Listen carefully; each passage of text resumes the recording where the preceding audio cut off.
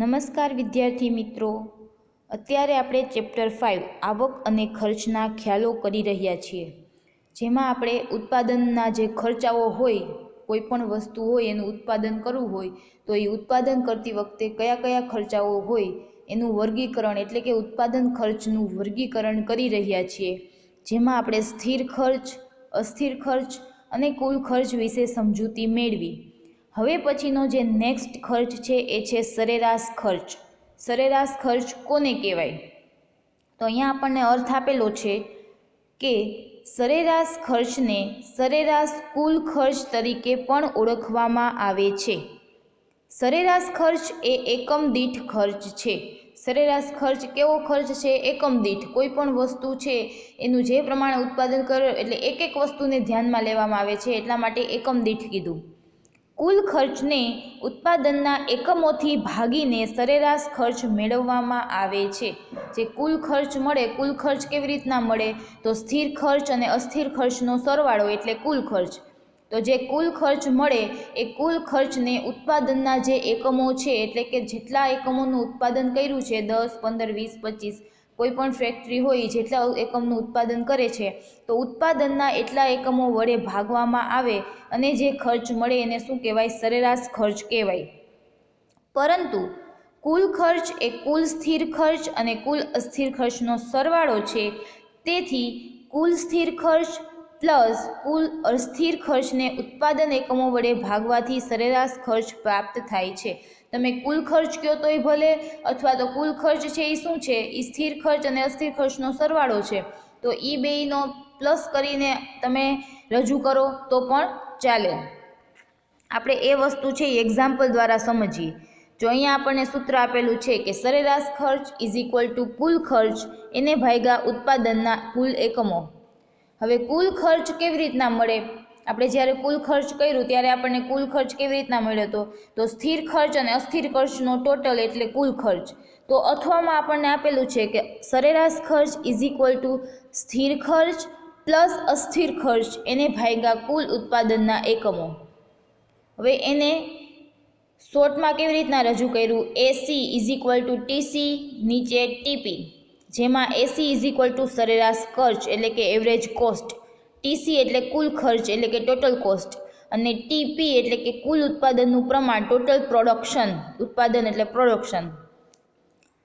ઉદાહરણ આપેલું છે કે એક પેઢીના ખર્ચના વલણો નીચેની અનુસૂચિમાં દર્શાવવામાં આવ્યા છે, જેના ઉપરથી આપણે આ જે સરેરાશ ખર્ચ છે એને વ્યવસ્થિત રીતે સમજી શકીએ। અહીંયા આપણને કોષ્ટક આપેલું છે, પછી એનું વિશ્લેષણ અને એ કોષ્ટકની આકૃતિમાં રજૂઆત પણ આપેલી છે।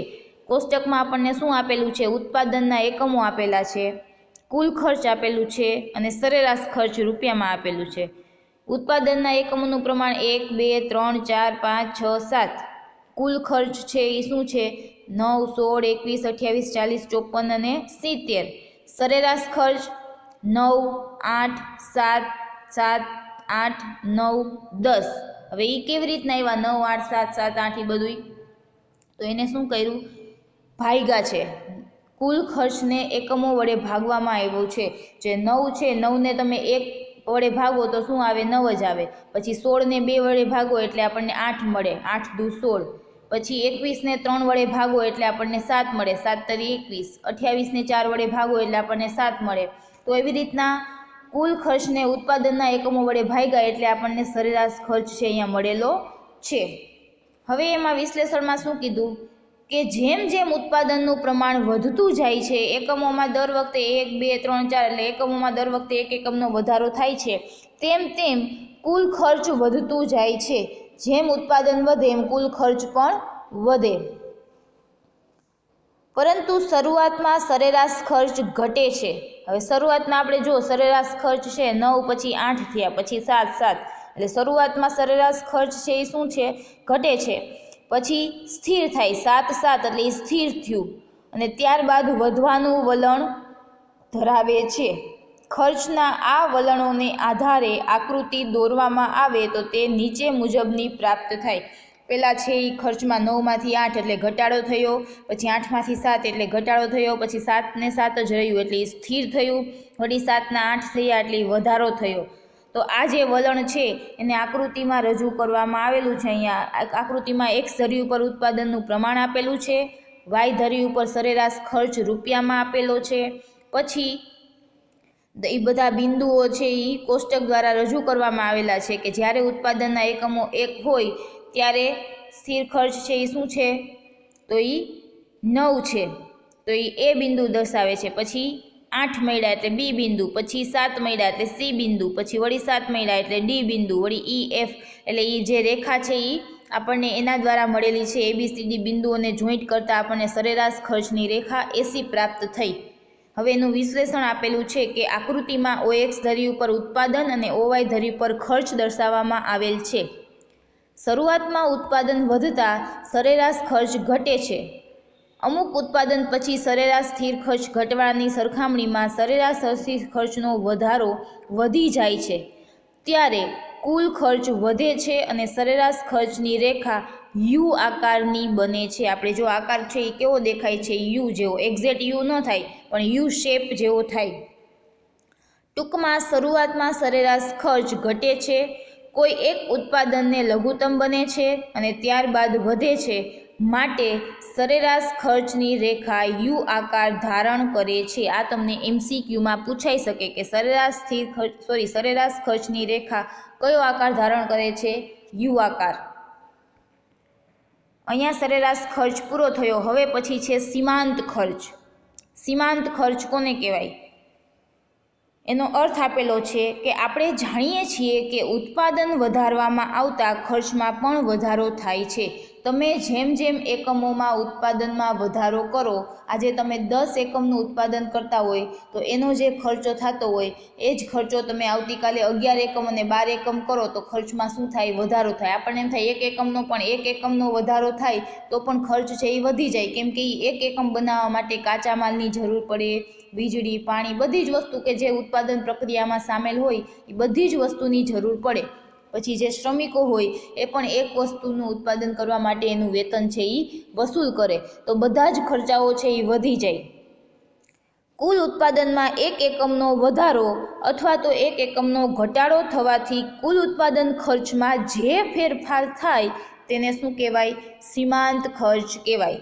સીમાંત ખર્ચ એટલે શું, તો કે ઉત્પાદનના પ્રમાણના એકમોમાં એક એકમનો વધારો કરવામાં આવે અથવા તો એક એકમનો ઘટાડો કરવામાં આવે, એના કારણે જે ટોટલ ઉત્પાદન ખર્ચ છે એમાં જે પણ કાંઈ ફેરફાર થાય ખર્ચમાં એને કેવો ખર્ચ કહેવાય, સીમાંત ખર્ચ કહેવાય.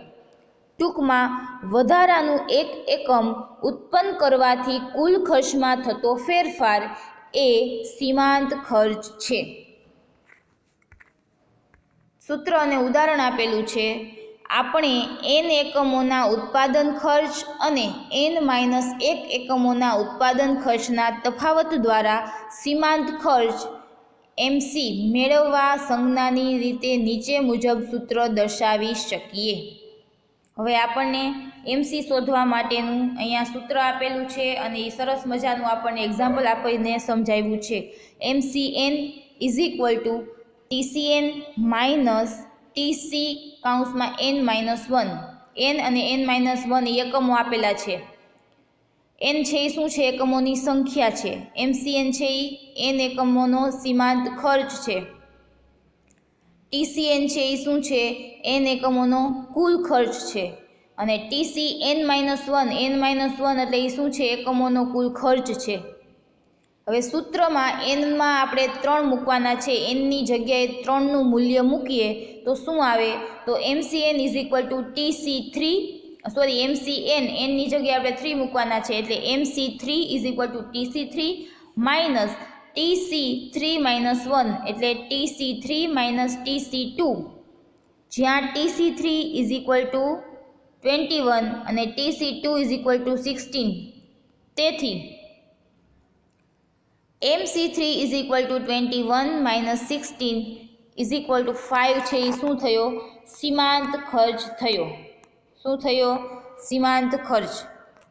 TC જે 21 મૂક્યા એ કેમાંથી, આપણે જે ઉપરનું જે કોષ્ટક કર્યું ને એમાં જે 3 એકમોનું ઉત્પાદન હતું ત્યારે કુલ ખર્ચ 21નો થતો હતો તો એ 21 મૂક્યા, અને 2 છે એ કેટલો છે, 16નો છે એટલે અહીંયા 16 મૂક્યા. કે એવી રીતના 21 અને 16 લીધા છે. આપણે ઉપરનું જે કોષ્ટક કર્યું ને સરેરાશ ખર્ચમાં, ત્યારે કોષ્ટકમાં જે કુલ ખર્ચ આપેલો હતો 3 એકમોનો અને 2 એકમોનો, એ આપણે અહીંયા 21 અને 16 લીધા છે.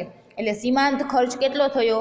2 માંથી 3 એકમો, એટલે કે એક જ એકમનો વધારો થયો અને સીમાંત ખર્ચ છે એ કેટલો થયો? 5. નીચેની અનુસૂચિ મુજબ ત્રીજા એકમના સીમાંત ખર્ચ એ ત્રીજા એકમનો કુલ ખર્ચ અને બીજા એકમોના કુલ ખર્ચના તફાવત જેટલો, એટલે કે 5 છે. યાદ રાખવું જોઈએ કે સીમાંત ખર્ચ સ્થિર ખર્ચથી સ્વતંત્ર હોય છે. સીમાંત ખર્ચ છે એ સ્થિર ખર્ચથી કેવો હોય છે? સ્વતંત્ર, એટલે કે અલગ હોય છે. તેથી કહી શકાય સીમાંત ખર્ચ એ અસ્થિર ખર્ચમાં થતા ફેરફારનું પરિણામ છે. કેમ કે સ્થિર ખર્ચ છે, સ્થિર ખર્ચ એટલે કેવો ખર્ચ કે જેમાં કોઈ પણ પ્રકારનો ફેરફાર ન થતો હોય તો એ સ્થિર ખર્ચ કહેવાય. અને અસ્થિર ખર્ચ એટલે એમાં એકમોમાં જે પણ કાંઈ ફેરફાર થાય તો તરત ખર્ચમાં ફેરફાર થાય તો એને અસ્થિર ખર્ચ કહેવાય. તો અહીંયા અસ્થિર ખર્ચ છે એ શું છે? તો એ સીમાંત ખર્ચનું પરિણામ છે. જ્યારે ઉત્પાદન n એકમો પરથી ઘટીને n-1 એકમ થાય છે ત્યારે કુલ અસ્થિર ખર્ચમાં થતા વધારા જેટલો સીમાંત ખર્ચ હોય છે. સીમાંત ખર્ચ ઉત્પાદનમાં ફેરફાર થવાથી કુલ ખર્ચમાં થતા ફેરફાર બરાબર થાય છે. સીમાંત ખર્ચ છે એ કેટલો થાય? ઉત્પાદનના પ્રમાણમાં તમે જેટલો ફેરફાર કરો એ ફેરફાર થાય એના કારણે કુલ ખર્ચમાં જેટલો ફેરફાર થાય એના જેટલો હોય છે.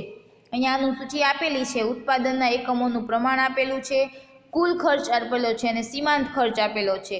એકમો 1, 2, 3, 4, 5, 6, 7 આપેલા છે. કુલ ખર્ચ છે એ 9, 16, 21 એ આપેલો છે. અને સીમાંત ખર્ચ આપણે જે ઉપર સૂત્ર જોયું MC વાળું એમાં મૂકીએ એટલે આપણને સીમાંત ખર્ચ મળે. તો એના દ્વારા આ 9, 7, 5, 7, 12, 14, 16 એ બધું છે એ એના દ્વારા મળેલું છે. પહેલાં એ સૂત્રમાં આ બધા વસ્તુને રજૂ કરવાનું રહેશે. અનુસૂચિમાં દર્શાવ્યા મુજબ ત્રીજા એકમ સુધી ઉત્પાદન વધતા સીમાંત ખર્ચ ઘટે છે. આપણે અનુસૂચિમાં જોઈ શકીએ કે સીમાંત ખર્ચ છે એ 9 માંથી 7 થયો, પછી 7 માંથી 5 થયો, એટલે એ ત્રીજા એકમ સુધી ઘટાડો, પછી 5 થી 7 થયો એટલે ત્રીજા એકમ પછી શું થાય છે? વધી જાય છે. ત્રીજા એકમે સીમાંત ખર્ચ લઘુત્તમ છે અને ત્યાર પછી સીમાંત ખર્ચમાં સતત વધારો થતો જાય છે. અને એની આકૃતિ આપણને આપેલી છે, જે પ્રમાણે કોષ્ટક આપેલું છે એ પ્રમાણે આકૃતિમાં રજૂ કરવાથી ABCDEF બિંદુને જોઈન્ટ કરતા જે સીમાંત ખર્ચની રેખા આપણને MC મળે છે. આકૃતિમાં દર્શાવ્યા મુજબ કુલ સરેરાશ ખર્ચની જેમ જ શરૂઆતમાં સીમાંત ખર્ચ છે એ શું થાય? ઘટે. પછી અમુક સમય બાદ તેમાં વધારો થાય છે. કારણ કે ઉત્પાદન વધતા આરંભમાં કુલ અસ્થિર ખર્ચ ઘટતા દરે વધે છે અને અમુક બિંદુ પછી વધતા દરે વધે છે. તેથી શરૂઆતમાં ઉત્પાદન વધતા સીમાંત ખર્ચ ઘટે છે અને અમુક બિંદુ પછી એ વધે છે. આકૃતિમાં સીમાંત ખર્ચની રેખા કેવી દેખાય છે? Hockey stick. આ બધી રેખાઓ છે એના જે આકાર આપેલા છે એ તમારે યાદ રાખવાના છે. આપણે સરેરાશ ખર્ચની રેખા યુ શેપની હતી, આ સીમાંત ખર્ચની રેખા છે એ હોકી સ્ટિકના આકારની હોય છે. ત્રીજા એકમ સુધી સીમાંત ખર્ચ ઘટે છે, તેથી સીમાંત ખર્ચની રેખા ઋણ ઢાળની છે અને ત્રીજા એકમ પછી ઉત્પાદન વધતા સીમાંત ખર્ચ વધે છે. પરિણામે સીમાંત ખર્ચની રેખા ધન ઢાળવાળી બને છે. પહેલાં નીચેની સાઈડ આવે છે એટલે ઋણ ઢાળ, પછી ડી એકમથી ઉપરની સાઈડ એટલે એ ધન ઢાળવાળી બને છે અને હોકી સ્ટિક જેવી આકારમાં લાગે છે. તો અહીંયા આપણે જે ખર્ચા હતા, સરેરાશ ખર્ચ, સીમાંત ખર્ચ, કુલ સ્થિર ખર્ચ, કુલ અસ્થિર ખર્ચ, તો આ બધા જે ખર્ચ છે એ અહીંયા પૂરા થયા.